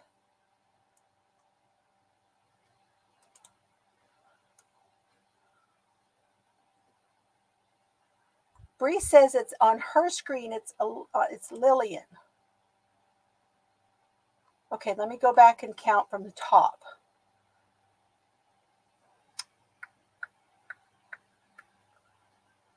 Where is it? Okay. 1, 2, 3, 4, 5, 6, 7, 8, 9, 10, 11. On my screen, it's Laura. So, isn't that weird? Everybody else says it's Lillian.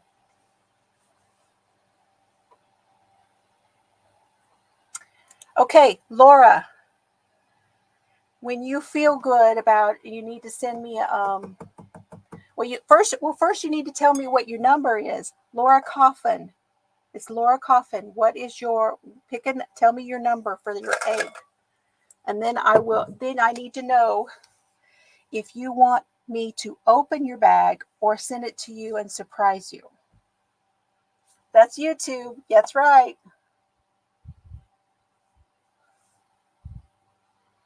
She says, oh, I'm sorry. I said pick a number. I meant a color. You got to pick a color because I don't know the numbers that are in them. We've got purple, white, gray, and teal. One teal left.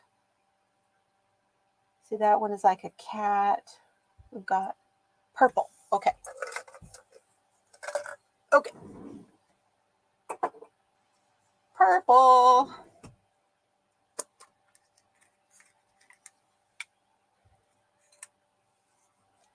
Number 6. And she says, open it. Okay. Let me go find number 6 out of the closet in here.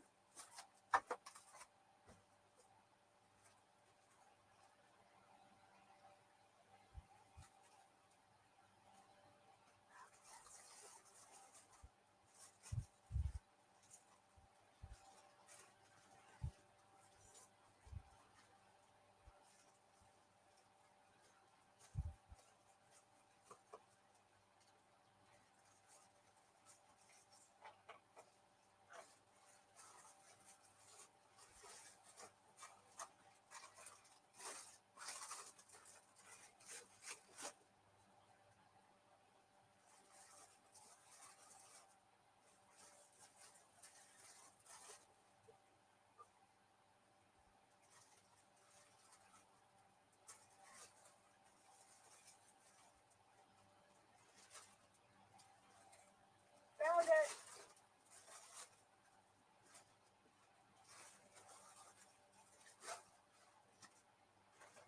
They're all stacked up in the closet, so this is number 6.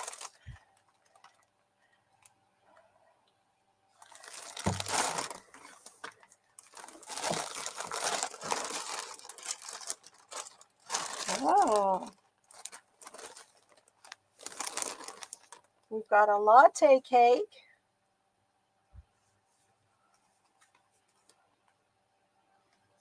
And this one is the color velvet teal. Imagine that.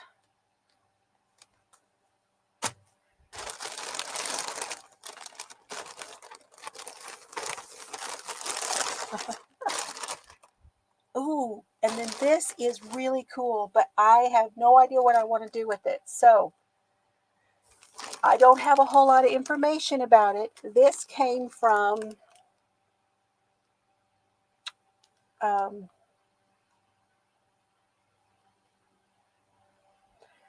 I want to say it's Mountain Meadow Wool. And it is almost like a boucle. See it? It's got this like pink and black and gold. And it's a whole deal.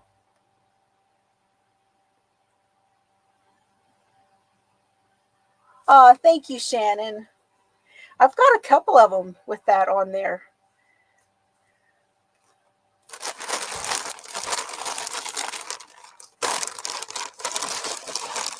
And then there is a bag in here. This is the one I got in Colorado. It's the one with the evil eye on it. It's a tote bag. It's got the fuzzies. You're going to have to take a defuzzer thing because it's been in the bag with the fuzzy yarn.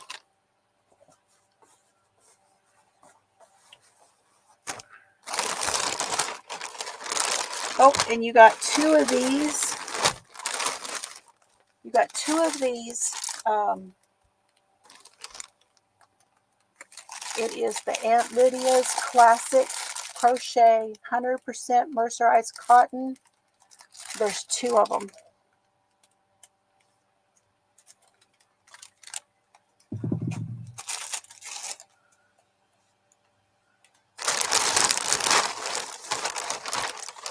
To go with the Evil Eye bag, Laura, you need this for sure. To go with the Evil Eye bag, you're going to get a, I'm trying to think of what it's called.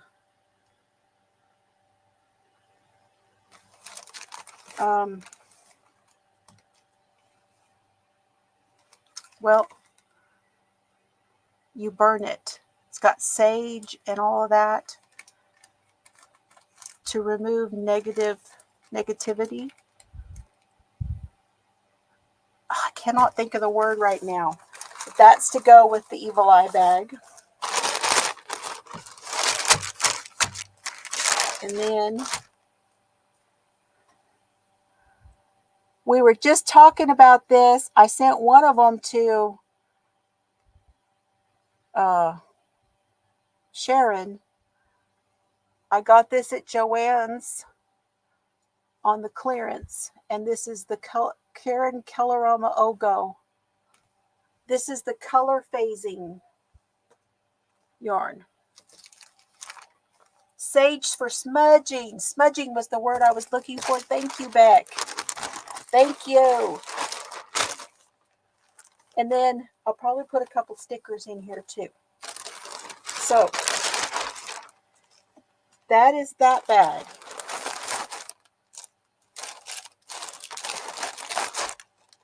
Congratulations, Laura.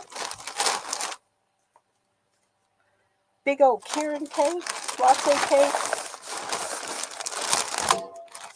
Ta-da! So that one is for Laura. Okay. All right, now I will tell y'all my idea real quick. And then I'm out of here. Oh, thank you. Thank you. Yes. Yes, she made a hat and a scarf with hers. Okay, Laura. Sounds good. Yes, for smudging. Yes, for smudging. Yes. Everybody knows it but me. I just couldn't get the word. Yes, it's going to be great for you right now, huh?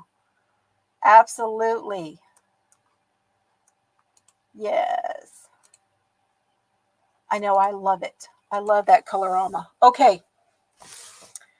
So with the yarn that I showed y'all that I got from my daughter Chelsey, it's this one called the Tahit 100% Angora. I looked it up and it has 356 yards in it, in each. So I want to use those two. And then Karen B gave me she sent me that capelet. It's like a long cowl. And it was made out of this, which is Expression Fiber Arts Rosalie. Okay. This is what was left after what she used. So I want to use that. And it is her Sugar Fluff Fingering, which is 80% Suryapaca, 20% acrylic, 333 meters, 364 yards. So I have almost a full one and a full one with these two, which are 356 yards. And I want to incorporate the yarn that I got when I went to Colorado. And this is the one from Wood Lake Woolies. And this lady, this was her rabbits. And she would sit them on her lap and she would pull the fur from the rabbit and spin it with another yarn. And I have it in two different colors.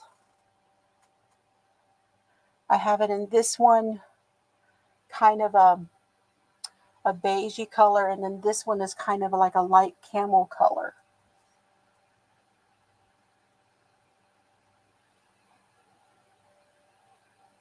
Oh, that sounds good. I did not know that, Tina. That's good information. So I want to use all of these together, and I want to make a boneyard shawl. You do, Tina. You absolutely do. Does anybody know what the boneyard shawl is? It is a triangular shawl by Stephen West. Let me see if I can find you a picture.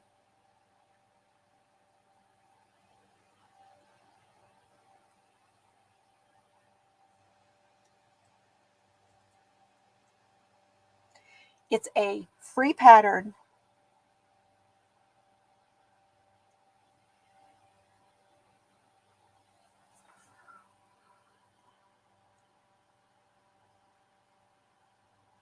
So if you guys would like to do it with me, wouldn't that be cool?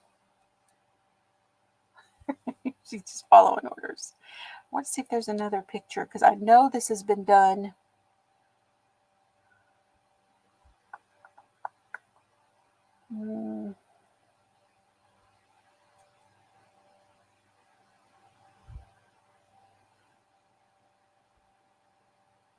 It has a lot of texture in it. Trying to look and see if there were any other projects done in this.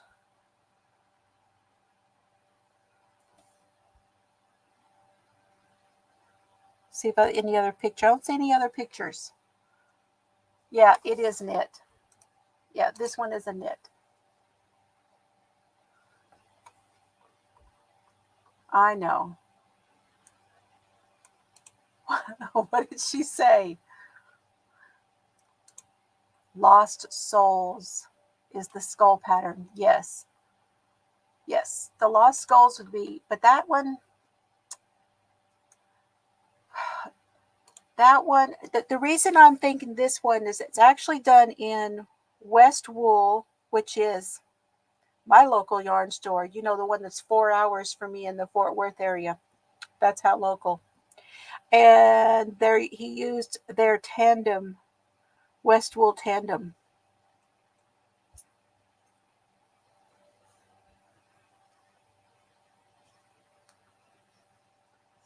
And it's a DK. 254 yards. This one has 356.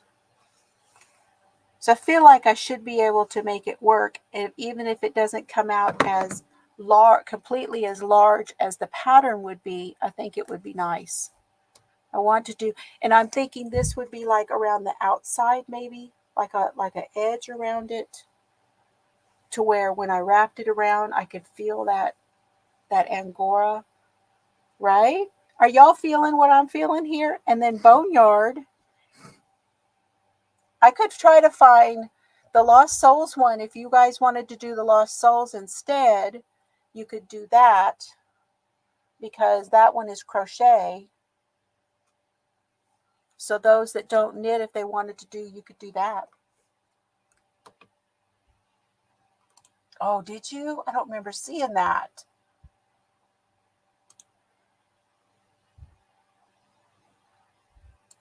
Well, and I could hold them together is what I'm thinking, and get a DK weight.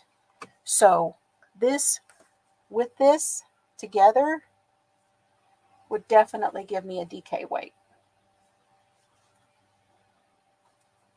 And then like do parts of it with this by itself, like a window pane of it. Anyway, yeah, Lost Souls is a crochet version. And then I don't remember who did that one. Oh, okay. I just don't remember. Oh, wait a minute. Was that when you first started your channel? I might have. There may be a short of that on your channel, huh? Hey, Maritza. Hola.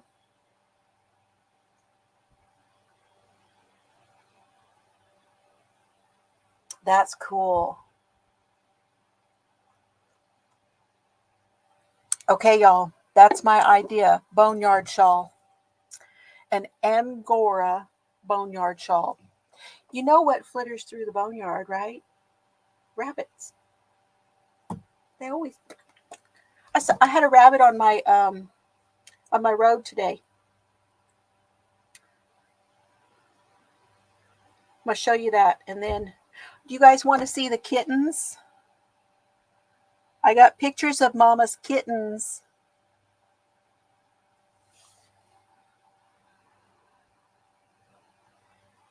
Six kittens.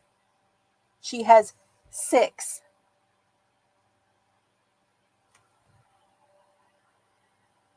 Look at those eyeballs. That's one of the little black ones.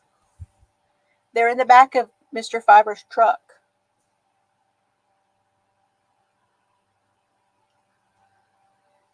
Two black and 4 brundle.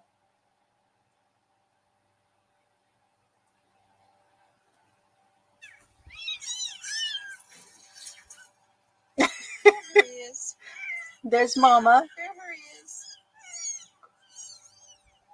Oh no, Mommy. You're a good mommy.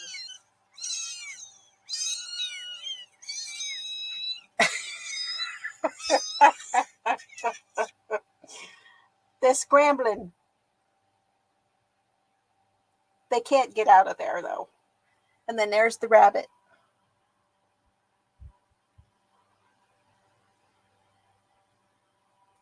Hey, Ola Joe. How are you tonight? Happy Friday. Happy Friday. I missed your live, but I did watch it. Yes. Oh, that's okay. I understand. You want all the kittens. Oh, look, I know. Mama's doing really good. I have these little pots of food, the little wet food, and I give her one every day. I've always done this with her. She gets really, really thin. I mean, and she's got 6. So I've been giving her a little pot of food every day to help bump her. And man, she's just like, she's just ravenous. So we'll keep doing that and get her, because that helps her a lot when after she has her cats, her babies. The other 2 mamas have had their kittens, but we haven't found them yet. And one of the other mamas is another brundle, who is Mama's. It's Mama's brundle. And then the other one is another one of Mama's, and I call her Spatina, and she's had her kittens, and they're somewhere. And then the Two-Face, she's a brundle, and she's like one color on one side and one color on the other. We call her Two-Face. She's had hers, and I think they're back here on the back in a hill back here. Anyway, but we haven't seen them. We got lots of babies out here. Will be 2. I remember when you got him. Oh my goodness. I know, little cute. And they squeak when I go outside and I start talking. The kittens talk from over in the truck. It's just right across the drive. And they start talking when they hear us talking. They're already opening their eyes. They're going to be on the ground soon, and they're going to be we'll have to put we usually put up like a piece of wood that goes across out front so that they can get to the food. We'll be doing that before you know it. Yeah, come and get y'all. Come on, I'll give you a kitten. Absolutely, I will. Okay, y'all, I am out of here. Thank you so much for being here. What a fun night. I appreciate you all very much. Like I said, I filmed 3 different videos, and I'm going to try tomorrow to get those edited and start putting those out for you. So those are coming. And Sunday, I'm going to do a Sunday in the She Shed. So after this goes, at the end of this stream, you're going to get a redirect to go over and turn the notification on for Sunday. So for those of you that are like, oh, I missed it, you're going to get the notification. You can go over and turn that on. It'll be at 3:30 tomorrow Central Time. Sunday Central Time. Okay? Oh, thank you so much. I appreciate it, Shannon. Good to see you. And Tina. Good to see you too, Tina. Yes. You sent me a picture? Okay. Thank you. Thank you, Rosie. Oh, you can't have the kitties. Okay. So, good night. Oh, thank you, Beck. You guys have to go and see that cowl. It is just beautiful. I couldn't figure out how to reshare it. So, I still have it in my messenger. I'll try to figure it out. Maybe we'll do that on Sunday, is be able to show it to everybody. Yes, and thank you, Lillian. Okay, y'all, I'll see you later. Have fun today. Love y'all. Good night.